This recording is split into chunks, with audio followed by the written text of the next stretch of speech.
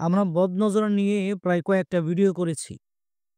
আজকে আমরা জানবো যে বদনজর আক্রান্ত হওয়ার কিছু লক্ষণ। এই লক্ষণগুলো যদি কারো ভিতরে থাকে তাহলে বুঝে নিবেন যে তার বদনজর লেগেছে। ১ নাম্বার, শরীরে জ্বর থাকা।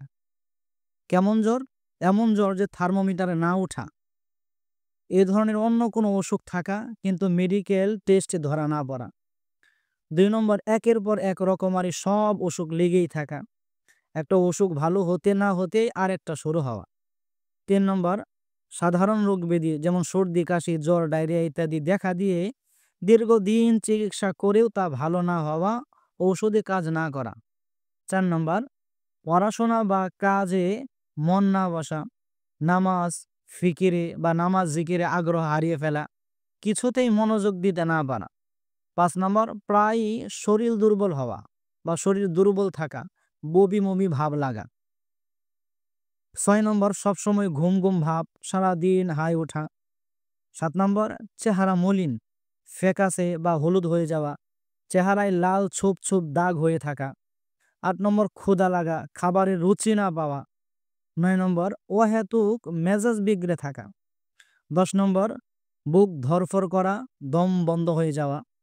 ১১ নম্বর, অহেতুক মাথা জিম ধরে থাকা। ১২ নম্বর, পেটে প্রচুর গ্যাস হওয়া, এজন্য ওষুধ খেয়ে তেমন ফায়দা না হওয়া। ১৩ নম্বর, অতিরিক্ত চুল পড়া, এজন্য ওষুধ বা শ্যাম্পু ব্যবহারে তেমন ফায়দা না হওয়া। ১৪ নম্বর, হাত পায়ে মাঝে মধ্যেই ব্যথা করা কিংবা পুরো শরীরে ব্যথা দৌড়ে বেড়ানো। ১৫ নম্বর, শরীরে বিভিন্ন জায়গায় গুটলির মতো অনুভব করা। ১৬ নম্বর, কোনো কারণ ছাড়াই কান্না আসা।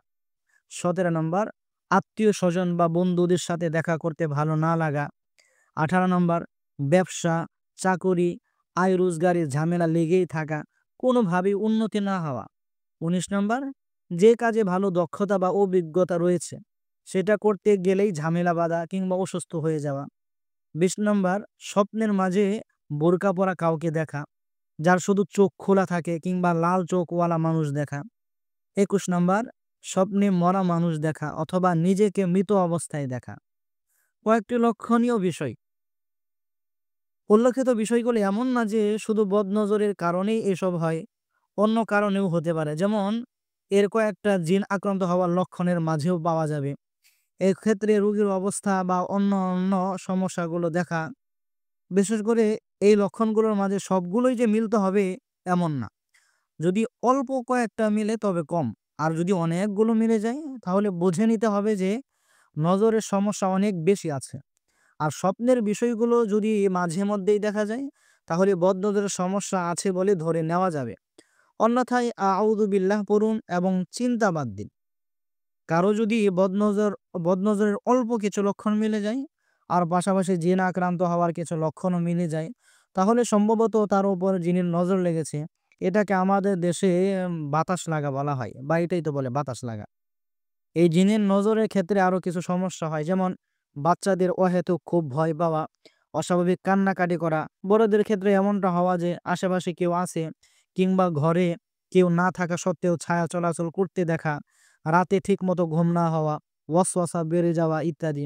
এই লক্ষণগুলো যদি কারো ভিতরে থাকে তাহলে যেই দোয়াগুলো আমরা বললাম এই দোয়াগুলোর আমল করতে থাকেন ইনশাআল্লাহ। বিশেষ করে সূরা ফালাক, সূরা নাস, সূরা ইখলাস, সূরা কাফিরুন, এই আমলগুলো করতে থাকেন। ইনশাআল্লাহ বদনজর দূর হয়ে যাবে। আরো সকাল সন্ধ্যা যে দোয়াগুলা পড়া হইছে, ভিডিওতে বলা হয়েছে, সহজের জন্য প্রয়োজন আমি আবারও বলে দিচ্ছি। বিসমিল্লাহিল্লাযী লা ইয়াদুররু মা'a ইসমিহি শাইউন ফিল আরদি ওয়ালা ফিস সামাই ওয়া হুয়াস সামিউল আলীম। আউযু বিকালিমাতিল্লাহি তাম্মাতি মিন শাররি মা খালাক।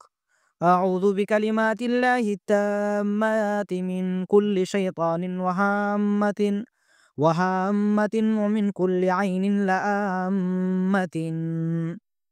আল্লাহ তাআলা এই আমলগুলো করার জন্য আমাদের তৌফিক দান করুন।